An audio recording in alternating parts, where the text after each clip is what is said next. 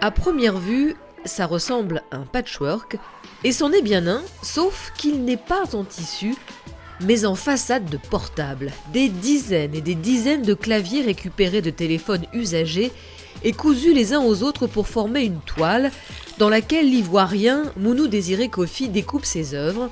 Une matière première insolite pour un jeune artiste qui revendique sa volonté de se démarquer des autres.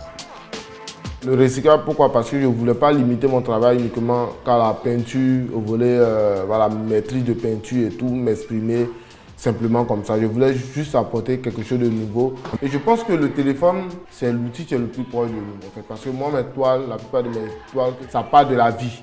En fait, ça part de l'homme, le quotidien de l'homme en fait. Donc en gros, l'homme dans la société. Comment ça va?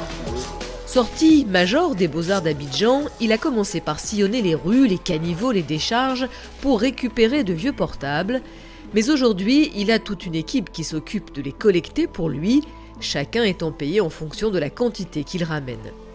Et dans un pays où le tri sélectif est quasi inexistant, Mounou Désiré Kofi, au-delà de ses ambitions artistiques, espère aussi faire bouger les mentalités en sensibilisant les autres aux vertus du recyclage.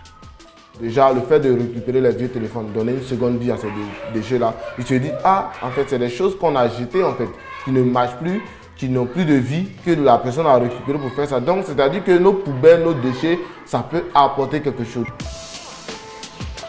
Une fois collectés, les claviers passent entre les mains de ses couturières qui les assemblent. De son côté, Mounou Désiré Kofi réfléchit au dessin qu'il va transposer sur son patchwork de portable. L'une de ses dernières séries, La vie d'ici, raconte le quotidien des habitants d'Abidjan.